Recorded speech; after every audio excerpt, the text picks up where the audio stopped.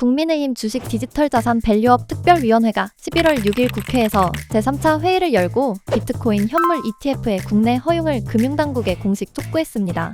특위는 이번 요구가 단순한 검토 요청이 아닌 총선 공약 이행의 연장선에 있는 정책 과제라는 점을 분명히 하며 필요할 경우 정기국회에서 관련 법 개정도 병행 추진하겠다고 밝혔습니다.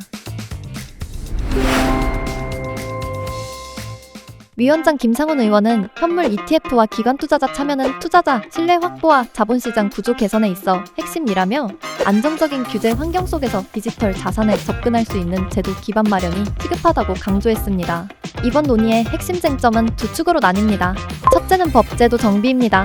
현행 자본시장법상 가상자산은 ETF의 기초자산으로 인정되지 않아 제도적 수용이 사실상 불가능한 상태입니다.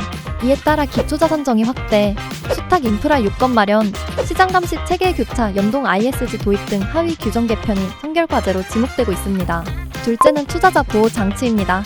ETF 상품이 상장 초기 과열과 정보 비대칭을 초래하지 않도록 하기 위해서는 판매 적합성 기준 강화, 괴리율 NAV 관리 체계 구축, NAV 산출 공시 주기의 제도와 유통시장 안정장치 호가밴드, 서킷 브레이커, LP 요건 등의 구체적인 세부 규칙 제정이 병행되어야 한다는 지적입니다. 정치권의 기류는 전반적으로 우호적입니다. 여야 모두 지난 총선에서 비트코인 현물 ETF 허용을 공약으로 내걸었으며 금융당국도 법령 해석과 하위 규정 정비 가능성을 공식 언급한 바 있습니다.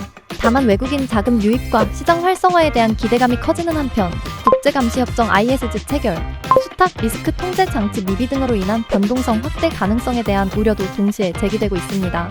실무적으로 중요한 운영 이슈도 많습니다. 기초지수 산출 방식의 투명성, ETF 창출 환매 구조의 명확한 고시, 수탁기관의 보험 적용 범위, 보관 방식 및 외부 감사, 체계 확립 등이 제도 신뢰 확보의 핵심 변수로 떠오르고 있습니다.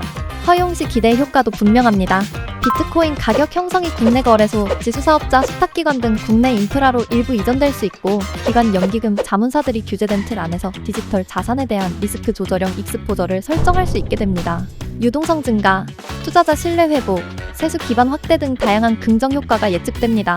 반면 역할 분담의 불명확성은 제도 신뢰를 훼손할 수 있습니다. 거래소, 수탁기관, 지수사업자, 감독당국 간 업무 범위와 책임 소재가 명확히 구분되어야만 제도 정착이 가능하다는 지적이 설득력을 얻고 있습니다. 정기국회에서는 자본시장법상 기초자산정의 개정, 금융투자상품 분류 제도정, 하위고시 개정 등이 병렬적으로 논의될 것으로 보입니다. 그 외에도 예측기관 인가 요건, NAV 산출 방식, 시장감시 시스템의 디지털 자산 편입 여부, 사후 제재 및 분쟁 조정 절차의 구체화 등도 중요한 실무 과제로 꼽힙니다.